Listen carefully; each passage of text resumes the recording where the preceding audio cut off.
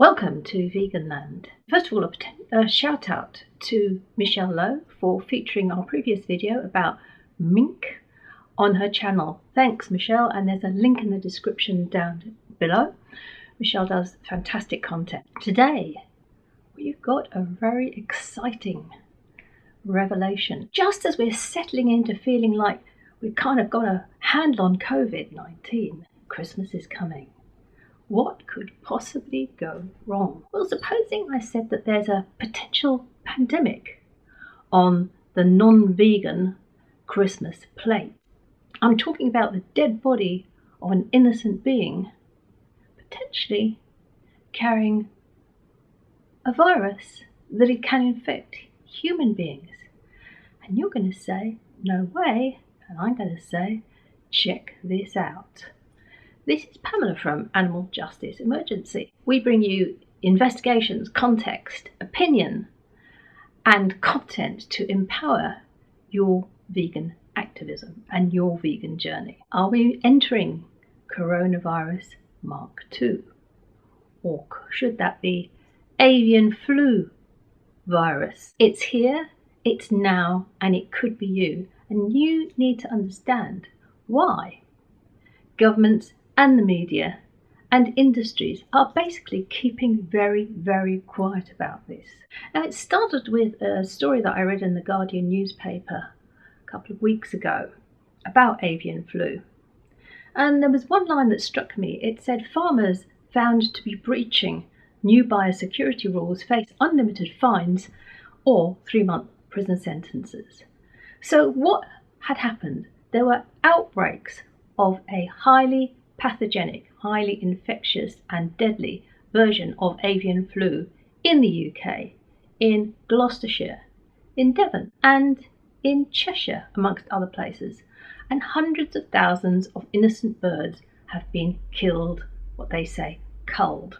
And in order to further contain the spread of this highly contagious and highly pathogenic virus, that's amongst the birds, the government was putting in the British government is putting in these exclusion zones and these fines and potential prison sentences for farmers. That's how seriously they're taking it. But it wasn't just in the UK. There were thousands of wild birds in Germany that have died. These mystery deaths. Oh, that must be avian flu. There were also outbreaks in Russia and Kazakhstan, where previous outbreaks in 2016 caused epidemics of bird flu in Northern Europe. Sounding a bit familiar? But despite all this, despite this previous experience, the speed of the outbreaks in Europe over the past few weeks has caught the industry, that's the animal death industry, by surprise, with hundreds of thousands of birds culled after multiple outbreaks across Germany and the Netherlands, and latest of all, the UK. Does it sound a bit familiar? Does it sound a bit kind of like a bit minky? Does it sound a bit like pangolini and sort of a bit batty? You decide. The other thing is, why haven't we really heard about it? The British Poultry Council chief executive is crying about a significant threat to the commercial poultry industry. That's despite the compo. Public Health England has advised that the risk to public health from the virus is very low. Well, I don't know about you, but very low for a virus that is related to, or may indeed be the same virus that previously had a 66% fatality rate. 66% fatality rate amongst humans, because that virus, the avian influenza virus, jumped the species barrier from birds to humans. It's well documented, and governments know all about it. And the poultry industry, so-called, knows all about it. Everyone knows all about it. Epidemiologists know about it, except us. Where's the consumer choice in not having been told if one was a meat eater? Wouldn't you like to know if the dead body that you were consuming could potentially be carrying a pathogenic virus with a 66% human fatality rate? Give them a choice. And most of the information that I've now got for this piece is from the American CDC, the Center for Disease Control, so it's not exactly a radical vegan body. And I've also got stuff from UK.gov, which is not necessarily a radical campaigning extremist vegan organisation. Now, there have been outbreaks over the last few decades of avian flu jumping from birds to humans. In 2014, a traveller returning from China was found to have the virus from China. Is that just a coincidence? Good news about the virus is that although human infections with the virus are rare, it has jumped the species barrier in 15 countries throughout Asia, Africa, the Pacific, Europe and the Near East since 2003. Countries including Indonesia, China, Vietnam, Egypt. It's kind of all over the place. It's basically endemic in places like Bangladesh and India. Endemic, it means it never goes away. It's just floating around in generally the farmed bird population, but it gets out as well. And it mutates all the time. The bad news is that, as I said, it's got a 60% fatality rate when it jumps the species barrier into humans. It also jumps the species barrier into other species. We'll tell you about the other species it jumps into later. And you can have a little bit of a guess with your COVID species jumping experience which ones it might jump into, as well as humans. What sort of illness does this avian influenza cause? Pneumonia? Respiratory failure in some people. Does that sound familiar? Does it sound a little bit COVID-y? It's not the same virus. No, it's a different one.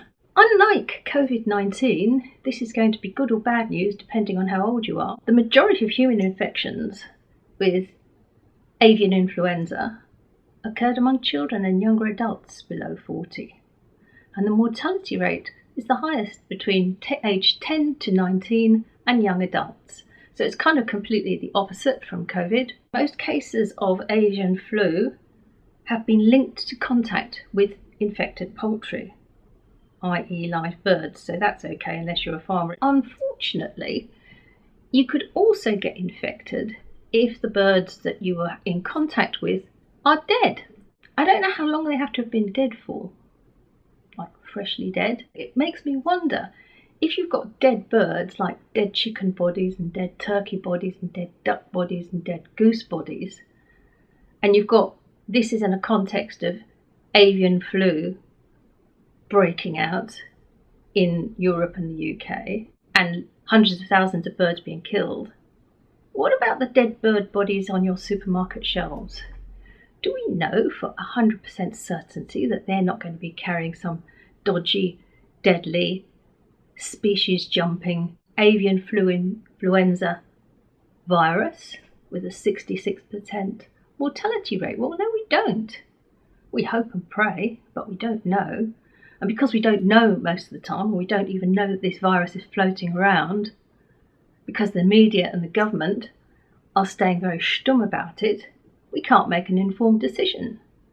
And maybe some of the consumers would like to make the informed decision, if they did know, not to have dead bird bodies on their plate, or dead animal bodies on their plate this festive season. But they should be given a choice. This virus, when it's jumped the species barrier to humans, can then jump from human to human with only after a few hours contact. Say a relative has been nursing someone without PPE, and then the relative, after 15 hours of contact, has fallen ill and died. So it's deadly.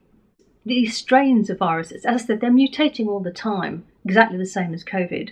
When you're in a sort of a population of farmed birds, squashed all together, horrendous conditions, it's the ideal, it's the absolute perfect place for a virus to mutate and change and jump the species barrier into humans or into pigs, where it's been detected in China, Indonesia and Vietnam. It may cause severe illness and death, or it may jump the species barrier into cats, where it's happened in the Netherlands, Germany, Thailand, Iraq and Austria, or into dogs in Thailand and Germany, or into, oh, this is interesting, the stone marten suet cat in Vietnam. And of course, that is the same family of animals as minks. So anybody that guessed minks was right. and also tigers and leopards in zoos in Thailand.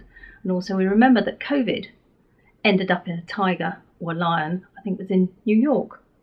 So this is the mutating, species jumping virus that's not COVID, it's avian influenza, one of the many, many strains of avian influenza. So what should we be doing about it? We should be calling upon the government and the media to give us the facts and to really keep us informed, about these things in a serious way. Newspapers like The Guardian, okay, fair enough. We need the likes of The Mirror, The Sun. This should be plastered all over the BBC. It should be all over social media, with people putting context, explaining how this virus is similar in many ways to COVID. And goodness knows it's been enough of a trial for everybody to deal with COVID. And yet now, the next potential pandemic is floating around, and we're sleepwalking around, not knowing what's going on, because the media is not telling us. It's not giving us any context. The other thing that I found absolutely fascinating when I was doing the research is that how well these viruses are understood. As I said, the CDC, the American Centre for Disease Control website, and the British government have got piles and piles and piles and piles of information. Scientists have been at this for decades. So it would seem really appropriate to have some information in the news about potential pandemic alert, the pandemic on your plate alert. Just give people the information. They can make up their own mind. The farmers are getting compensation. Poor farmers, don't really care about them. But if it is a serious pandemic threat, we should be made aware of it, because then we have the ability to change. Maybe this isn't the ideal sort of festive season present.